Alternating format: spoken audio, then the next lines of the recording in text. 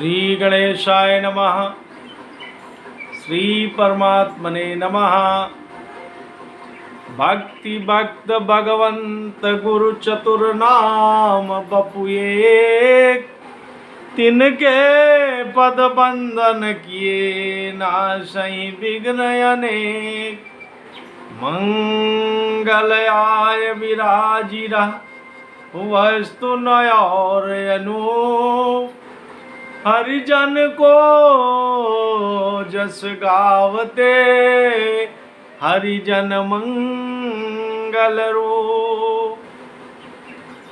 जो हरि प्राप्ति की आस हो, तो हरिजन गुण गाओ।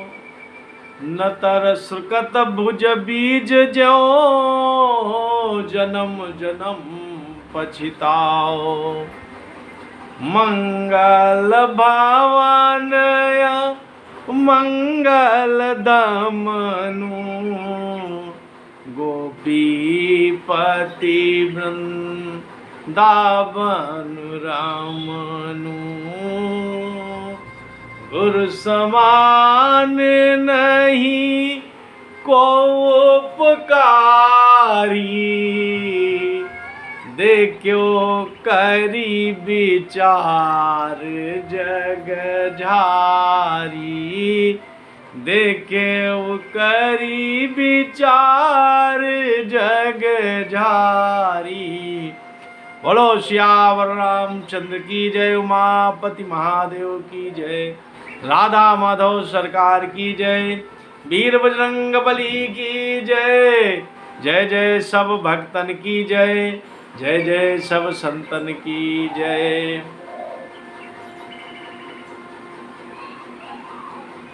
परम भागवत विद्वान संत श्री बिल्व मंगल जी का चरित्र।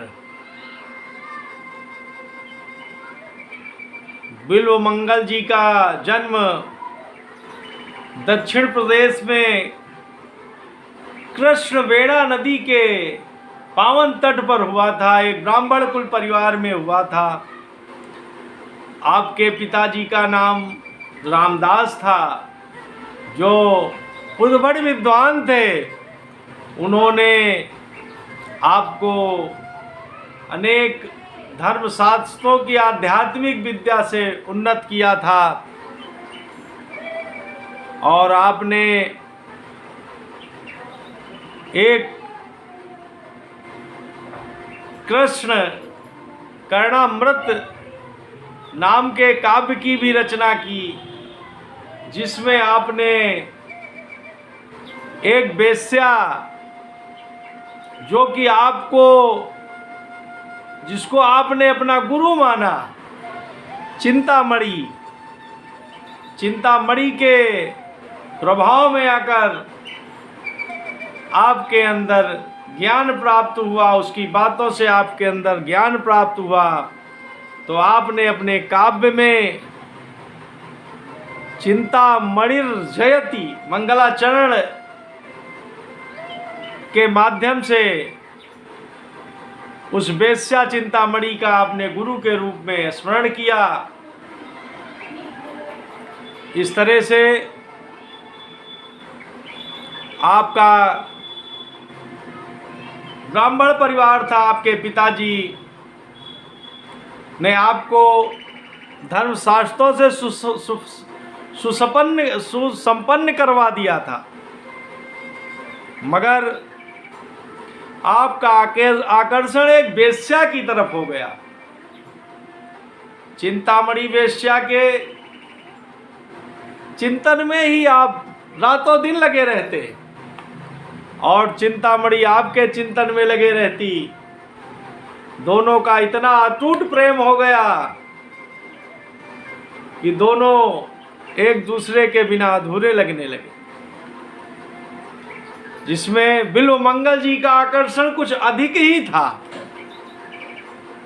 जब तक पिताजी रहे तो उनके दबाव में कुछ वो संतुलित रहे, मगर एक दिन पिताजी ये संसार छोड़कर परमधाम चले गए, तब बिल्वमंगल जी के ऊपर कोई अंकुश नहीं रहा। बिल्वमंगल जी ने अपने पिताजी का श्राद्ध कर्म किया। श्राद्ध कर्म वाले दिन ही आपका मन श्राद्ध कर्मों में नहीं लगा, आप चिंतामणि के चिंतन में लगे रहे। और किसी तरह से ब्राह्मणों से आपने कहा कि इस कर्म को जल्दी करवाइए, तो सब लोगों ने, ब्राह्मणों ने, बड़े बूढ़ों ने कहा कि देखिए आज आपके पिता का श्राद्ध है, आज वेश्या के घर जाना अच्छी बात नहीं है, मगर आपको ऐसा उसके आकर्षण का भूत सवार था कि आपने किसी की एक नहीं सुनी। उस चिंतामणि का निवास और आपके निवास के बीच में एक नदी बह रही थी। आपने किसी तरह से श्राद्ध कर्मों को पूरा किया। उस दिन भयंकर की बरसात और तूफान आ रहे थे। आप नदी के पावन तट पर पहुंचे और वहां जो नाविक थे उनको आपने बहुत तरह का लालच दिया, मगर कोई नाविक आपके अपनी जान पे खेलने के लिए तैयार नहीं हुआ। फिर बिल्वमंगल जी ने इरादा बनाया कि आज हमको चिंतामणि से मिलना ही है, और वो अपने आप को नहीं रोक सके, उस उफनाती नदी में ही कूद पड़े। उन्होंने अपने प्राणों की भी परवाह नहीं किया, और उनको दिखाई पड़ा कि दूर से कोई लकड़ी बहती हुई आ रही है, और वो लकड़ी के सहारे, वो लकड़ी नहीं, वो तो मुर्दा था। इनको कुछ समझ में नहीं आ रहा था, वो लकड़ी दिखाई पड़ रही थी, उसी मुर्दे के सहारे वो उस पार गए। भयानक बरसात पड़ रही थी, बिजली चमक रही थी। चिंतामणि को भी उस दिन बिल्वमंगल के आने की कोई संभावना नहीं थी, क्योंकि उस दिन श्राद्ध का दिन था। तो वो भी अपने दरवाजे बंद कर और आराम से निर्द्वंद सो गई। अब जब बिल्वमंगल जी पहुंचे तो उन्होंने बहुत आवाज़ दिया, मगर वो इतनी गहरी निद्रा में थी कि वो इनकी आवाज़ को नहीं सुन सकी। तब इन्होंने उसके घर में दूसरे मार्ग से जाने का इरादा किया, और बिजली चमकी तो इनको लगा कि कोई रस्सा लटक रहा। तब उसी रस्से के सहारे ये जाकर उसके घर के आंगन में कूद पड़े। जब कूदने की आवाज़ आई तो चिंतामणि की नींद खुल गई, और उसने जब देखा तो बिल्वमंगल थे। इनके शरीर से भयंकर दुर्गंध आ रही थी। चिंतामणि ने पूछा कि तुम इतनी रात को कैसे यहाँ आए? आज तो आपके पिताजी की श्राद्ध थी। तो इन्होंने सारी घटना बताई। तो कुछ बरसात थम चुकी थी, तूफान बंद था। तो चिंतामणि ने दीपक जलाया, और जब बाहर आकर देखा तो वो रस्सा नहीं, वो तो सांप था, काला नाग था, जिसके सहारे से चढ़े हुए थे। और जब नदी के किनारे जाकर देखा तो मुर्दा था। चिंतामणि घर आई और उसने कहा कि तुमको धिक्कार है, तुमको ब्राह्मण जीवन का धिक्कार है। तुम इस मलमूत्र के शरीर को अपना मान बैठे हो। ये जिस मुर्दे के सहारे तुम इधर आए हो, एक दिन इस शरीर का भी यही हश्र होने वाला है।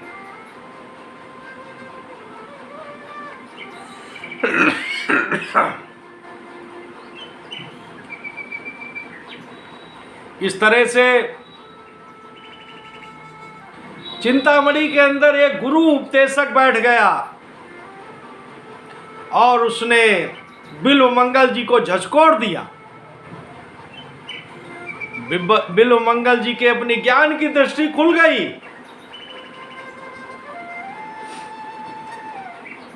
वो जिस वासना से गए थे वो वासना दूर भग गई। चिंतामणि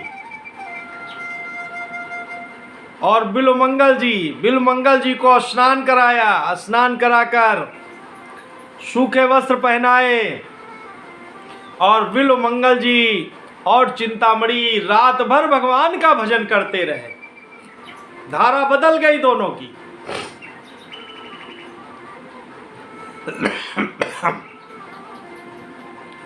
सुबह हुई, सुबह उठते ही दोनों लोगों ने स्नान किया। स्नान करके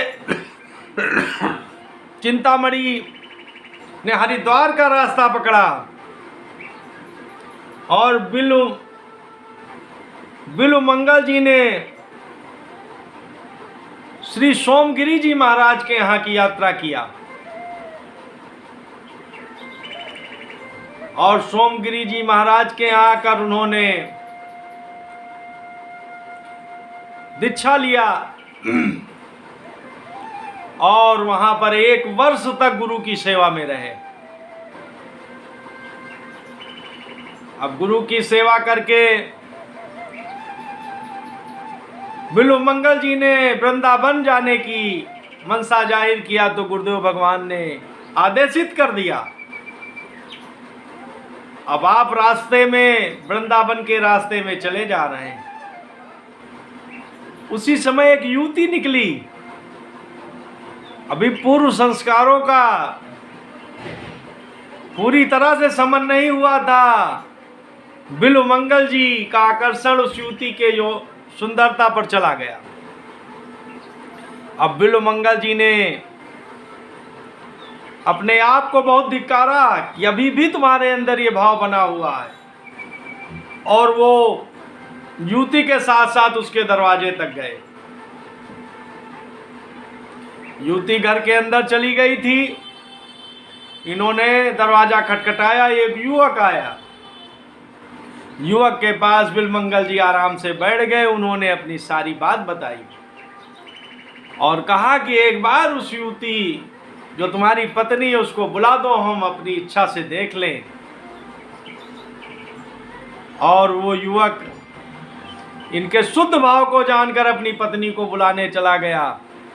उसी समय बिल्वमंगल जी ने सामने जो एक बेल का पेड़ था वहां से 2 मजबूत कांटे लेकर आ गए। और जैसे ही युवती आई, बिल्वमंगल जी ने उसका दर्शन किया और दर्शन करके वो दोनों बेल के कांटों से अपनी दोनों आंखें भेद दिया और सूर हो गए। उस युवक को बड़ा पछतावा हुआ, मगर भगवान की जो इच्छा होती वही होती है। अब बिल्वमंगल जी को कुछ भी दिखाई नहीं पड़ रहा है, आंखों से खून की धारा बह रही है। अब बिल्वमंगल जी वहीं पर कुछ सूझता नहीं, कुछ रास्ता नहीं दिखाई देता, वही कृष्ण कृष्ण कृष्ण कृष्ण करते वहीं डोल रहे हैं।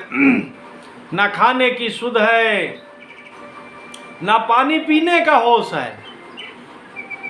इस तरह से कभी इधर जाते हैं तो कभी उधर जाते हैं, कभी उधर जाते हैं। इस तरह से कई दिन बीत गए, इन्होंने कोई अन्न जल भी नहीं ग्रहण किया। तब भगवान को बड़ी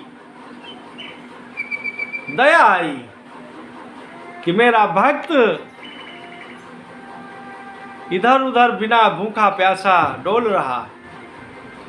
तब कन्हैया ने एक छोटे से बालक का रूप बनाया और आकर बहुत मधुर वाणी से बोले।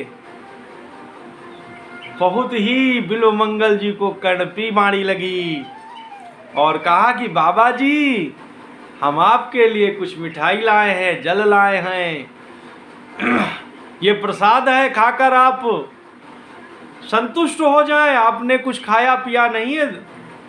तो बिल्वमंगल जी ने कहा कि ये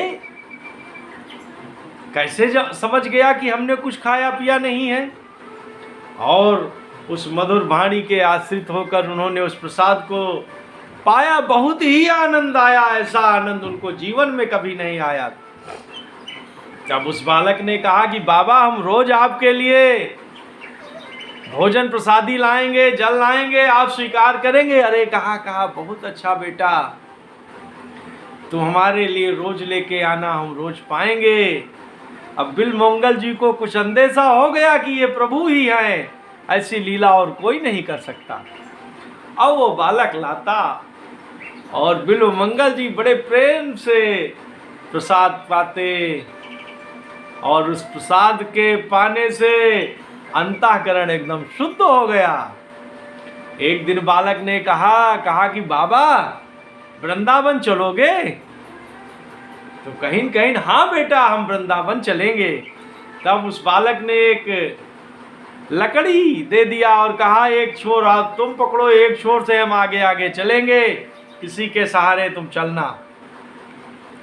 जब बालक कुछ दूर चला तो उसने कहा कि बाबा, वृंदावन आ गया। तो बिल्वमंगल जी ने कहा कि इतना जल्दी वृंदावन आ गया, और धीरे अंदाज से उन्होंने उस बालक का हाथ पकड़ लिया।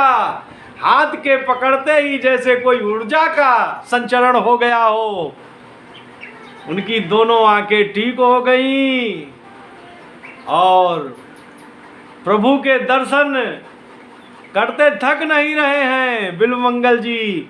उनके आंखों से अश्रुधार बह रही है। इस तरह से बिल्वमंगल जी भगवान के चरणों में साष्टांग हो गए। भगवान ने बिल्वमंगल जी को उठाया। उसी समय भगवान की कृपा हुई और चिंतामणि जी भी